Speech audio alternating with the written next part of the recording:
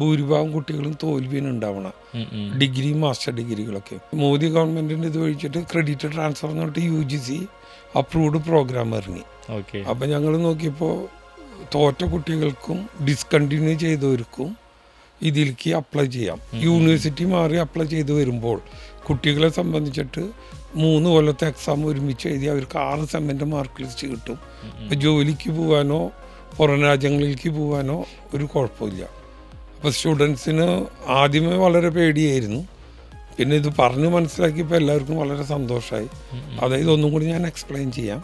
ഒരു കുട്ടി first year പഠിച്ചു ഡിസ്കണ്ടിന്യൂ ആയി, അല്ലെങ്കിൽ സെക്കൻഡ് ഇയർ പഠിച്ചു ഡിസ്കണ്ടിന്യൂ ആയി, അവന് തേർഡ് ഇയറിലേക്ക് വരാം. അപ്പോൾ അവിടെ പഠിച്ച കോഴ്സിൻ്റെ സബ്ജക്റ്റുകൾ ജയിച്ചത് ഒഴിച്ച് ബാക്കി ഈ യൂണിവേഴ്സിറ്റിയിൽ പഠിച്ചിട്ട് അവന് ക്രെഡിറ്റ് ട്രാൻസ്ഫർ വഴി സർട്ടിഫിക്കറ്റ് ഇഷ്യൂ ചെയ്യും. അപ്പോൾ സർട്ടിഫിക്കറ്റ് ഇഷ്യൂ ചെയ്യുമ്പോൾ അതിപ്പോൾ മാർക്ക് ലിസ്റ്റും സർട്ടിഫിക്കറ്റും റെഫർ ടു മാർക്ക് ലിസ്റ്റ് എന്ന് വരും. തോറ്റത് മാത്രം എഴുതാണെങ്കിൽ, എല്ലാതും കൂടി എഴുതാണെങ്കിൽ അങ്ങനെയില്ല. ഈ യൂണിവേഴ്സിറ്റി തന്നെ 6 സെമ്മിൻ്റെ ഡിഗ്രിക്കും മാസ്റ്റർ ഡിഗ്രിക്ക് 4 സെമ്മിൻ്റെയും മാർക്ക് ലിസ്റ്റ് പ്രിൻ്റ് ചെയ്യും, സർട്ടിഫിക്കറ്റ് പ്രിൻ്റ് ചെയ്യും. സ്റ്റുഡൻറ്റിന് പുറം രാജ്യങ്ങളിലേക്ക് ഇത് ചെയ്യാം. അമേരിക്കയോ ലണ്ടനോ എവിടെ പോവുകയാണെങ്കിലും attestation verification, third party verification ഒക്കെയും യൂണിവേഴ്സിറ്റിയിൽ നിന്ന് കിട്ടുന്നുണ്ട് ഇപ്പോഴത്തെ കാലഘട്ടത്തിൽ.